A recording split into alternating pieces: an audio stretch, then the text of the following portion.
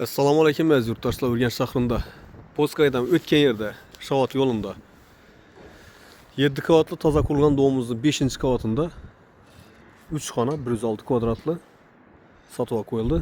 Birgalikda esa ko'rib donishib o'tamiz. Yetdik. Yurtdoshlar, 5-qavatga keldik. Aytib o'tganimdek 7 qavatli domimizni toza qurilgan 5-qavatında 3 xona 106 kvadratli lifti ishlab turibdi.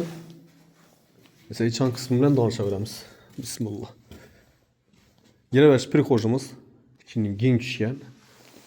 Doğrumuzda vannaxanası. Bir yanımızda hacatxanası. Bir yan tarafımızda aşxanası. Bir yanda katta spalni. Bir yanımızda yan bir spalni. Bir yanımızda zal. Ise kuxni bilen danışabilemiz. Birimiz aşxanası. Gaz soçikler koyulgan, gaz, su, süetlerden mamma yok. Açık balkonda ege.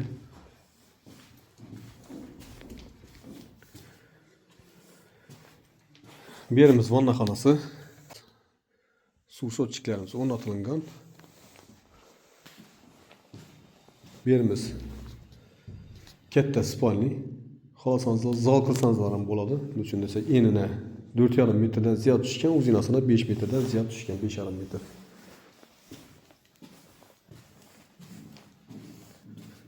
Tabii bir yan tarafımızda spalni, enine 3,30, uzinasına 6 metre tushgan. Takisi bir yan tarafımızdan açık balkon var. Lakasen yine bir göz atıp beraman şu yerden. Bir yan tarafımız yine boran zapravka görünüp turibdi. Bir yanımız Poskayı. Yolun üstünde kızıl kerpiçten kurulgan domlu arkası. Bir yan tarafımız zal yine. 7,5 düşken, enine 4 metreden ziyod düşken. Yurtdoshlar bahasına keladigan bo'lsak, kvadrat metri 5,5 million so'mdan kelishib beriladi. Ekrandagi nomerlarga chiqaverasizlar, sog' omon bo'linglar, ishlaringiz omad.